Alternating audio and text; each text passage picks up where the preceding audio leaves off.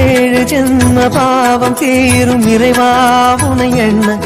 ஏவாரும் பாட அந்த ஞானம் வருமே மனம் கொள்ள தாழும் நிலை வாராமல் காப்பவன் நீதானே வாழும் வழி சொல்பவனே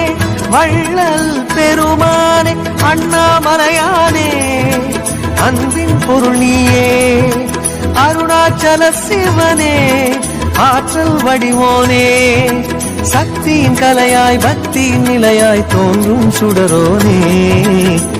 உண்ணாமுலையின் துணைவோனே